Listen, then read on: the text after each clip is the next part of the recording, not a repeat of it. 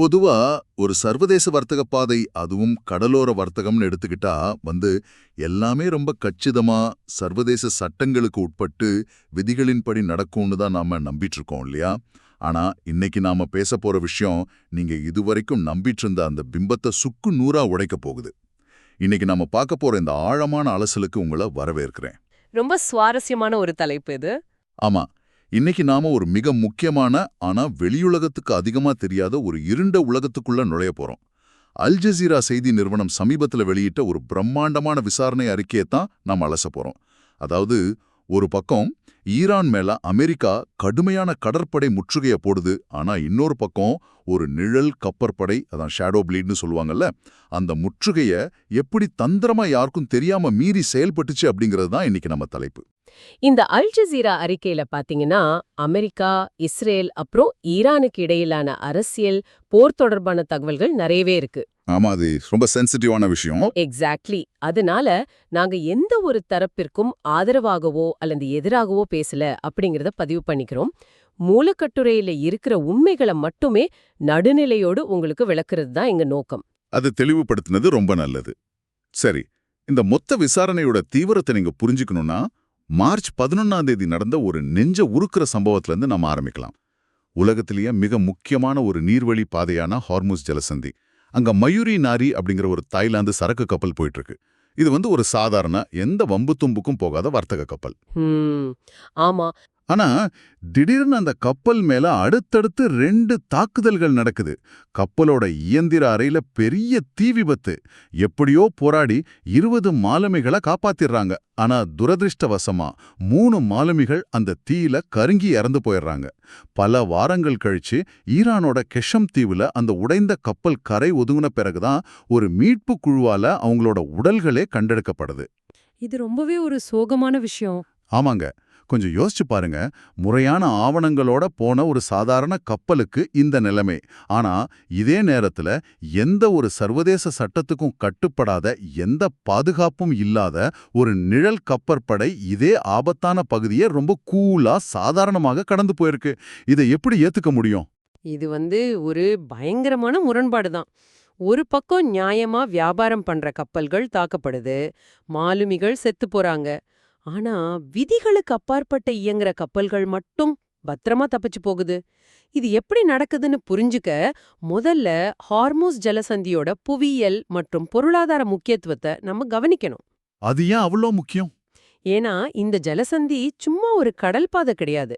உலகத்தோட ஒட்டுமொத்த கச்சா எண்ணெயில 1/5, அதாவது 20% இந்த சின்ன தொண்டை பகுதி வழியா தான் கடந்து போகணும். இத சோக் பாயிண்ட்னு சொல்லுவாங்க. போர் தொடங்குறதுக்கு முன்னாடி பாத்தீங்கன்னா ஒரு நாளைக்கு குறைஞ்சது 100 கப்பல்கள் இந்த வழிய கடந்து போகும். ஓஹோ, 100 கப்பல்களா? ஆமா. ஆனா இப்ப நிலைமை என்ன தெரியுமா? வளைகுடா முழுக்க சுமார் 2000 கப்பல்கள் அங்கேயே நிக்குது. அதுல வேலை செய்யற 20,000 மாலுமிகள் முன்னாடியும் போக முடியாம பின்னாடியும் போக முடியாம நடுக்கடல்லே சிக்கி தவிக்கிறாங்க. ஒரு நிமிஷம் இருங்க. 20,000 மாலுமிகள் கடல்லே சிக்கிட்டு இருக்காங்களா? ஆமாங்க.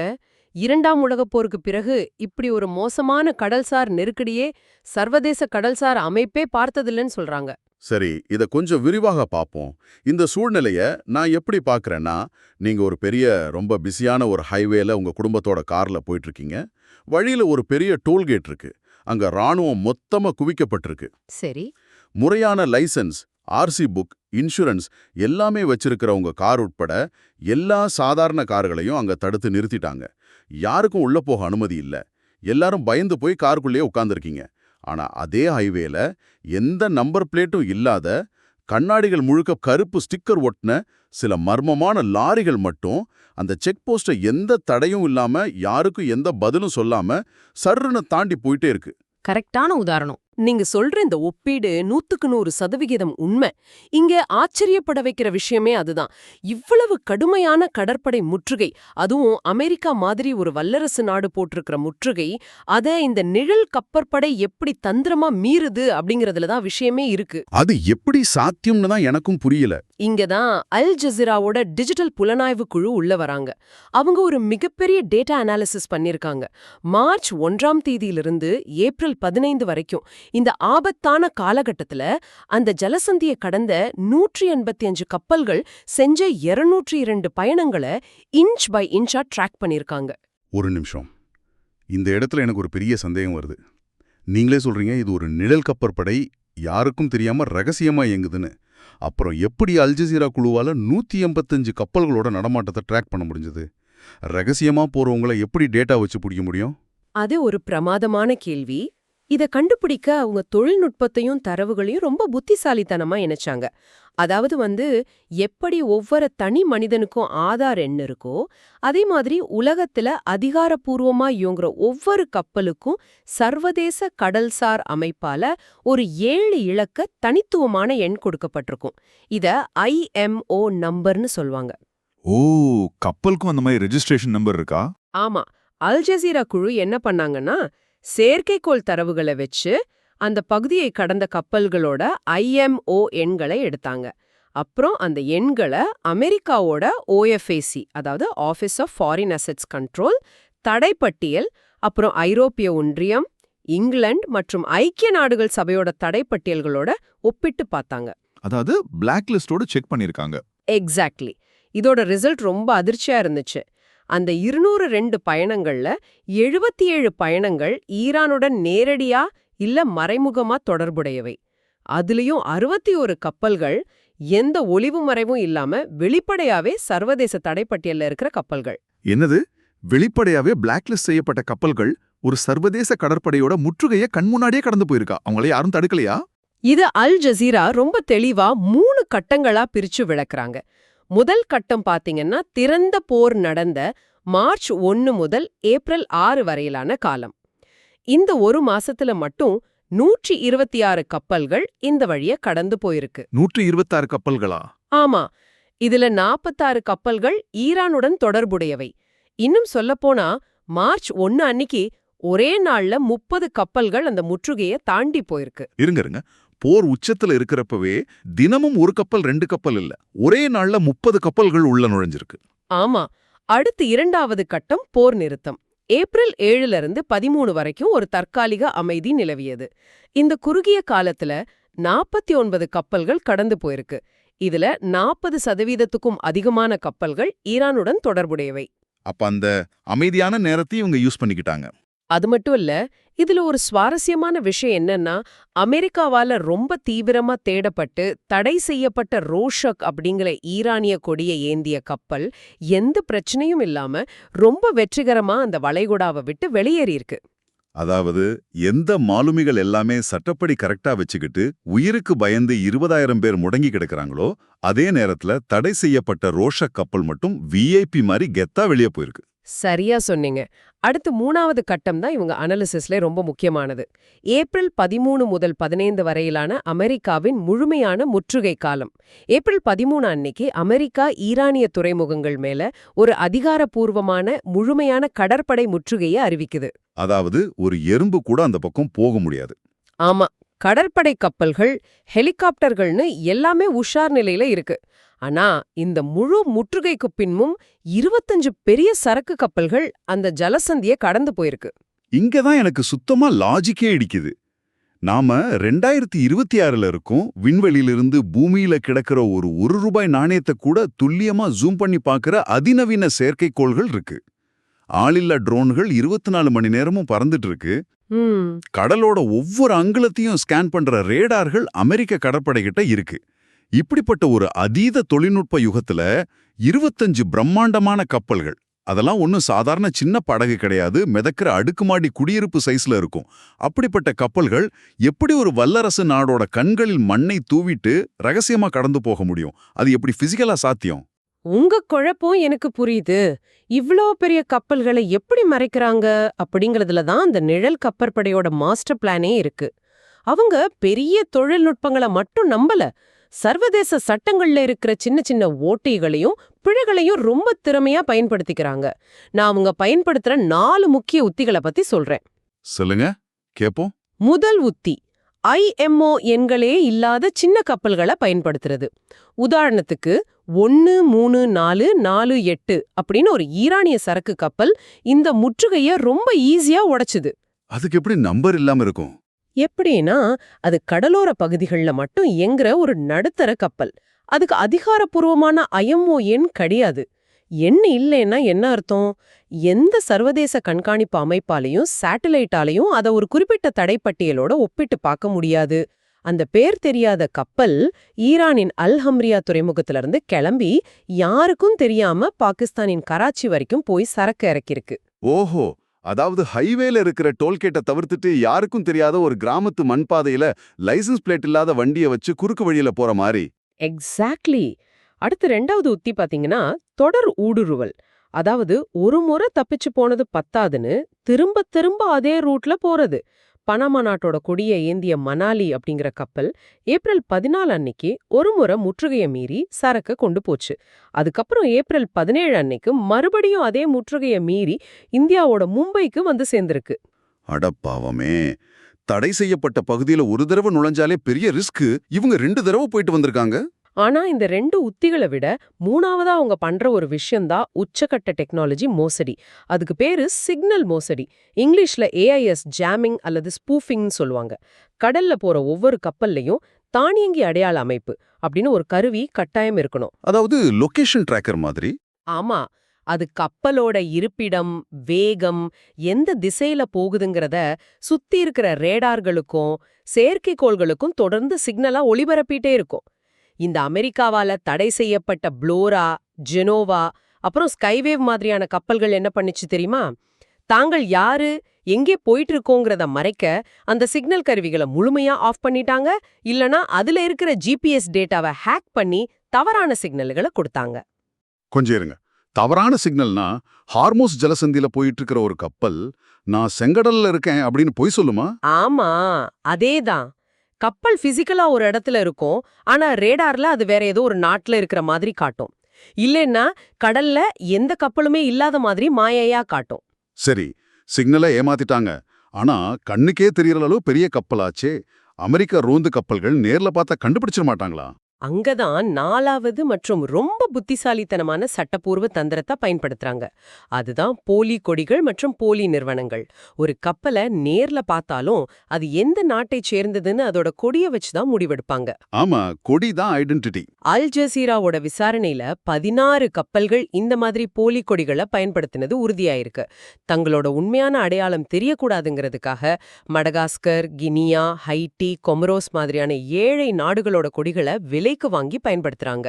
இந்த இடத்துல தான் ஒரு நிமிஷம் உங்களை நிப்பாட்டணும். இந்த கட்டுரையை நான் படிக்கும்போது என்ன ரொம்பவே ஆச்சரியப்படுத்தின, இல்ல எனக்கு ரொம்ப சிரிப்ப வர வச்ச ஒரு விஷயம் இருக்கு. என்னது அது? போட்ஸ்வானா அப்புறம் சான் மரினோ மாதிரியான நாடுகளோட கொடிகளை இந்த ஈரானிய கப்பல்கள் பயன்படுத்தியிருக்கு. நீங்க வேர்ல்ட் மேப் எடுத்து பார்த்தீங்கன்னா இந்த நாடுகள் எல்லாமே 4 பக்கமும் நிலத்தால் சூழப்பட்ட நாடுகள்.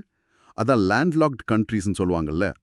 இவங்களுக்கு சொந்தமா ஒரு கடல் எல்லையே கிடையாது, கடற்படையோ துறைமுகமோ கிடையாது. ஆமா. அப்புறம் எப்படி கடலே இல்லாத ஒரு நாட்டோட கொடியை வச்சுக்கிட்டு இந்த நிழல் கப்பற்படை சர்வதேச அமெரிக்க கடற்படையே ஏமாத்துது? இது எந்த ஊரு லாஜிக்? இது எப்படி சட்டப்படி சாத்தியம்? கேக்குறதுக்கு ரொம்ப அபத்தமாதான் இருக்கும். ஆனா இதுதான் நிஜம். சர்வதேச கடல்சார் சட்டங்கள்ல இருக்கிற ஒரு மிகப்பெரிய ஓட்டை இது. அதாவது எந்த ஒரு நாடும் அவங்களுக்கு கடல் இருக்கோ இல்லையோ தங்களுக்குன்னு ஒரு கப்பல் பதிவேட்டை வச்சுக்கலாம். கடல் இல்லாத நாடுகள் என்ன பண்றாங்கன்னா சும்மா பணம் சம்பாதிக்கிறதுக்காக தங்களோட நாட்டு பேரை பயன்படுத்திட்டு உலகத்துல இருக்கிற எந்த நாட்டு கப்பலுக்கும் அனுமதி தராங்க. இத டெக்னிக்கலா பிளாக்ஸ் ஆஃப் கன்வீனியன்ஸ் அப்படின்னு சொல்வாங்க. ஓ, அதாவது நம்ம ஊர்ல டாக்ஸ் கட்டாம தப்பிக்கிறதுக்காக சம்பந்தமே இல்லாத வேற ஒரு மாநிலத்துல போய் விலை உயர்ந்த காரை ரெஜிஸ்டர் பண்றாங்களே, அந்த மாதிரி ஒரு டெக்னிக்கா இது? கிட்டத்தட்ட அதேலாம். ஆனா இன்னும் பெரிய அளவுல இந்த ஓட்டைய பயன்படுத்தி தான் ஈரானிய கப்பல்கள் சீனா, கிரீஸ், ஐக்கிய அரபு அமீரகம் மாதிரி நாடுகள்ல இருக்கிற போலி நிறுவனங்கள் மூலமா இயக்கப்படுது. அப்படின்னா ஈரானிய நிறுவனங்கள் நேரடியா இல்லையா? ரொம்ப கம்மிதான். ஈரானுக்குள்ள இருந்து நேரடியா இயங்குற நிறுவனங்கள் வெறும் 15.7% தான். கிரீஸ் நாட்டு நிறுவனங்கள் 11%க்கு மேல, ஐக்கிய அரபு அமீரக நிறுவனங்கள் 9.7% இருக்கு. இதுல எல்லாவற்றையும் விட உச்சகட்டமான ஒரு டேட்டா இருக்கு. என்னது அது? இவங்க கண்காணித்த கப்பல்கள்ல 19% கப்பல்களோட உண்மையான உரிமையாளர்கள் யாருங்கிறதே இன்னைக்கு வரைக்கும் யாருக்குமே தெரியாது. அது ஒரு தீர்க்க முடியாத மர்மம். ஒரு நிமிஷம் இருங்க. 19% கப்பலோட உண்மையான உரிமையாளர் யாருன்னே தெரியாதா? இதை எப்படி ஏத்துக்க முடியும்? ஒரு சாதாரண சிம் கார்டு வாங்கணும்னா கூட நம்ம ஊர்ல 100 ஐடி ப்ரூஃப் கேக்குறாங்க. ம் ஆனா பல மில்லியன் டாலர் மதிப்புள்ள பல 1000 டன் கச்சா எண்ணெயை ஏத்திட்டு போற ஒரு பிரம்மாண்டமான கப்பல் யாருடையதுன்னு தெரியாம ஒரு சர்வதேச கடல் முற்றுகையை தாண்டி போகுதுன்னா இதை எப்படி நம்புறது? அந்த கப்பலுக்கு யாரு இன்சூரன்ஸ் கொடுப்பா? அதுல வேலை செய்யற மாலுமிகளுக்கு எப்படி சம்பளம் போகும்? ஏதாவது விபத்து நடந்தா யார் பொறுப்பேற்பா? இது சட்டப்படி எப்படி சாத்தியம்? அதுதான் இந்த நிழல் நெட்வொர்க்கோட பலமே. நீங்க கேட்ட இன்சூரன்ஸ், சம்பளம் எல்லாமே ஷேடோ பேங்கிங், அதாவது நிழல் வங்கி முறை மூலமா நடக்குது. போலி நிறுவனத்துக்குள்ள ஒரு போலி நிறுவனம், அதுக்குள்ள இன்னொரு போலி நிறுவனம், ஒரு சங்கிலி தொடர் மாதிரி உருவாக்கி வச்சிருப்பாங்க. அப்போ கண்டுபிடிக்கவே முடியாதா? ரொம்ப கஷ்டம். கடைசியா பார்த்தா அது ஒரு ட்ரஸ்ட் பேர்ல இருக்கும். அந்த ட்ரஸ்ட் யாருதுன்னு எந்த நாட்டு சட்டத்தாலையும் கண்டுபிடிக்க முடியாது. இன்சூரன்ஸ் கூட ரஷ்யா மாதிரியான நாடுகள்ல இருக்கிற மேற்கத்திய நாடுகளோட கட்டுப்பாட்டுல வராத இன்சூரன்ஸ் கம்பெனிகள் மூலமா தான் எடுக்கப்படுது. பணப்பரிமாற்றம் எல்லாமே டாலர்ல நடக்காது. கிரிப்டோ கரன்சியாவோ இல்ல பணமாற்று முறையாவோ நடக்கும். அதனால்தான் இதுல உரிமையாளர் யாருன்னு கண்டுபிடிக்கிறது கிட்டத்தட்ட சாத்தியமே இல்லாத விஷயம். எனக்கு இப்போ இன்னொரு கேள்வி வருது. இவ்ளோ பெரிய நெட்வொர்க் அமைக்கிறதுக்கு சாதாரணமா ஒரு நாடு மெனக்கிடாது. இவ்ளோ சிரமப்பட்டு இவ்ளோ தொழில்நுட்ப மோசடிகளை செய்து இந்த கப்பல்கள் எதைத்தான் ஏற்றி செல்றாங்க?